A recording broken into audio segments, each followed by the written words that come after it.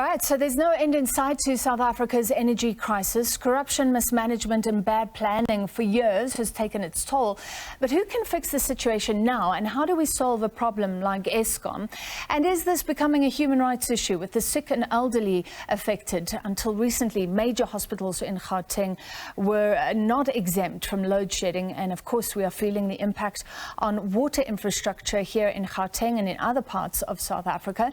Joining us now, let's have a discussion about the latest woes, and this has been a very long stretch. We're joined by Greenpeace Africa climate and energy campaigner Thandile Chinyavanhu, and we're also joined by the SA Institute for Responsive and Accountable Governance Chair, Tseliso Thipanyane, and we were expected to be joined by the CSIR, but thank you both. We have you in studio. We'll see if we can get the CSIR up a little later. Is this a human rights issue? Most definitely it is a human rights issue, as you've already aptly covered. Once our electricity and energy needs are not met, it affects a number of other services. Of course, electricity is a human right. It allows us to continue to enjoy our quality of life and work as necessary. But once electricity is not available as we expect it to be, it disrupts our access to water, another human right, a right to decent health care, and a number of other issues. Do you agree? No, certainly. Without electricity, most human rights will not be realized. And I think one of the problems really why we have this problem is that government itself does not fully appreciate that electricity is a human right and must be treated as such, because, you know, as my sister has already pointed out, that we can already see the impact on human rights the issues of load shedding has caused. Now we're even getting water restrictions, but, you know, traffic jams are also there. The economy is a mess, and without economy, most socioeconomic rights cannot be realized. Right to housing, water, health, education, and so forth. So it's a serious disaster and a manifestation of poor leadership, bad governance by the people, by government, but also we as South Africans have also not put enough pressure on government to make sure that government does its work to provide electricity for the people of the country. I think there's a sense of helplessness, and maybe South Africans are starting to accept this as the new normal. But just picking up on what you said, there's also a sense of helplessness because it's hard to even blame somebody and find out who can act right now and make a difference. So Greenpeace, the minerals minister, often saying that Eskom needs to be fixed, and we know that Eskom hasn't had a proper board for a long time. So putting that ball in the court of the public enterprises minister, Pravin Gordhan, he says we need more energy, putting it back in Greenpeace's court. So it seems like there's this underlying blame game, and it leaves us feeling very helpless. That's very scary because, you know, the protection of human rights is a duty of governments, a responsibility of governments in the Constitution. So government should not, throw the back to somebody else. Government is fully to blame for the current problems we're having of electricity. The entire government is to blame. If we start finding out who can actually make a difference right now and isn't, who would you say is our number one target? I would say our number one target right now is the Minister of the Minerals, Resources and Energy. They've had multiple opportunities to ensure that we procure the necessary energy to be able to stabilize our energy system in a manner that is in accordance with the global standards, moving towards a just transition and staying within that 1.5 degrees Celsius target. But unfortunately, there doesn't seem to be a political will to amend the issues at Eskom, nor to shift towards the trajectory where the rest of the world is going. And if we are unable to recognize the trends and follow them, then we'll find ourselves as a country being left behind and unable to compete at the level that other countries are. So if you look at the recent report that the World Bank put out, in terms of our transformation index, comparing a number of countries and their ability to transform their energy systems, South Africa ranks quite low on that scale, and that is going to be an issue that we face going forward. It's going to compromise our quality of life, the economy, and ultimately it will place us behind on a number of factors. So we have been behind the world in terms of renewable energy. And there has been this incredible push. So the last time the president spoke and cut short one of his international trips, there was this huge announcement cutting short the red tape. But it seems like we're just failing to gain traction, even in these bid windows. A lot is held up in the courts, the whole issue of car power ships. And we've seen very little clean energy, in fact, coming onto the grid. Do you agree? And that's a huge issue.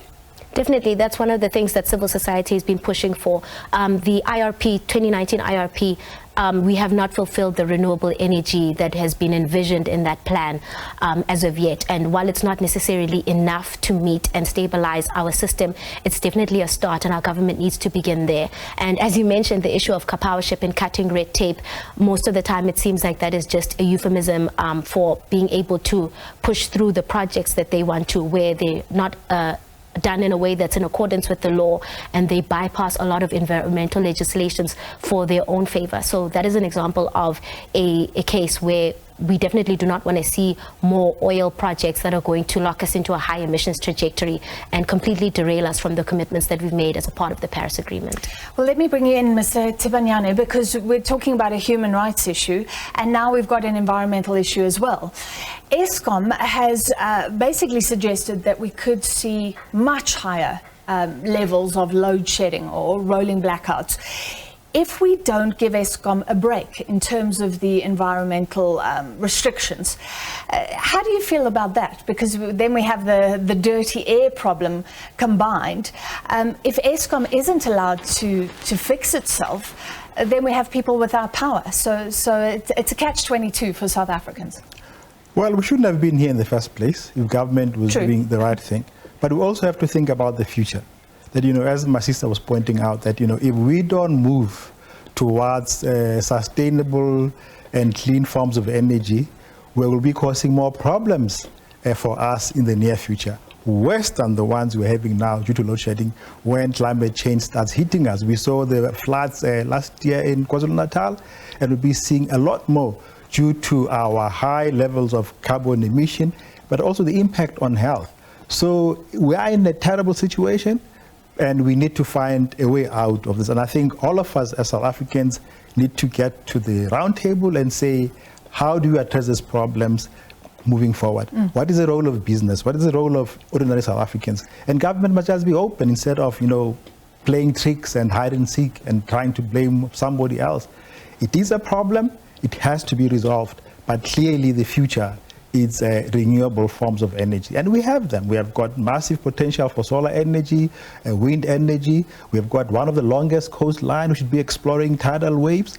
There's hydroelectricity. So, we must just get on with it. And I think that's where the problem is, that government says one thing but does the opposite. So even Eskom itself, yes, we do need to provide electricity, but we can't say, well, the only solution is using coal. And then locking us up into a serious environmental disaster in the near future. But the situation that you're talking about right now that affects the elderly and the sick, we've been tracking what's happening in hospitals, and even what's happening with water is going to affect many people. So because that pain is being felt right now, do we give Eskom a break right now in terms of the environment while renewables come on board? I'm going to ask you both the same question. You can give them a very, very small break, but you see, I still think even now, really, with sufficient political will, we can. Why can't government provide enough solar panels for people at least to have some degree of energy whilst we're trying to sort out the bigger issues? We're not seeing any of that movement at this point in time, with due respect. So yes, Eskom has to, but in any case, I'm not an energy expert, but if you look at the Eskom situation, most of the power stations are very, very old. So are you going to try and fix them when some of them cannot be refixed? Or you want to build new power stations which are going to take you 5 years to build, or even 10 years? So exactly what are we talking about by giving Eskom a break? Is Eskom now going to build new coal-based power stations, or is going to try and fix the current ones which are more than 20 years old?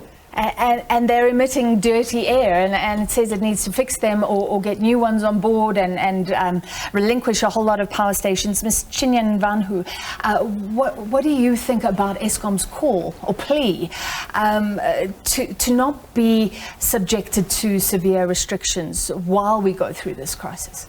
We've noted Eskom's sentiments about the minimum emission standards, which are already significantly weak, and their desire to bypass some of those. And it's tragic because for decades, communities in the Highveld region have been essentially a sacrifice zone.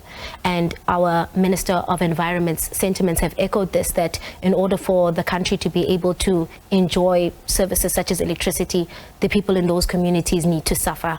The people in those communities need to be burdened with cardiac disease, with respiratory diseases. The people in those communities are struggling and are unable to breathe. There are 3,300 deaths annually, premature deaths, as a result of air pollution. And that's something that we cannot, as a country, say that we are content with people dying so that we can be able to enjoy electricity without interruption.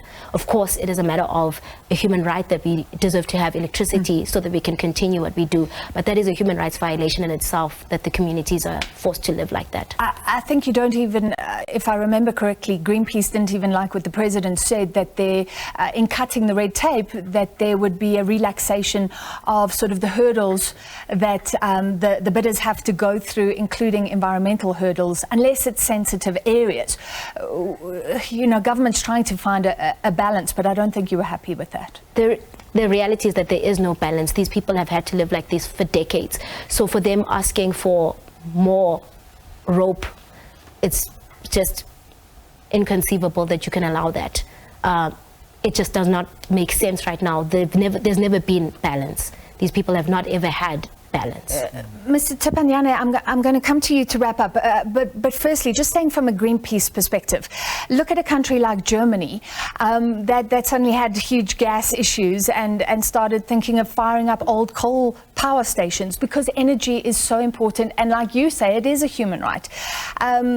Nuclear was foregone because of the accident, but many turning back to nuclear. So you're saying we need, you're not allowing any room for any concession, even while we're in the crisis. You're saying that we can do it. We can still overcome this crisis with renewables. We can do both. I think that the matter of whether there's concession, I feel there needs to be will from the government, first of all, to meet the renewable energy metrics that need to be met for us to stabilize our energy system. Those that have been envisioned in the IRP that have not yet been fulfilled, that's a matter of importance. We cannot necessarily say that there's concessions made when they have not begun to make those inroads with the renewable energy. So we, as South Africa, as the reference that you give of Germany, understanding that they do not have the same natural resources in terms of sunlight that we do, but that's definitely something that we're concerned about, them backtracking on their environmental commitments, and the commitments that they've made as a part of the Paris Agreement is a huge concern, and they should definitely be held accountable for that backtracking, and that's something that will most probably be addressed at COP27.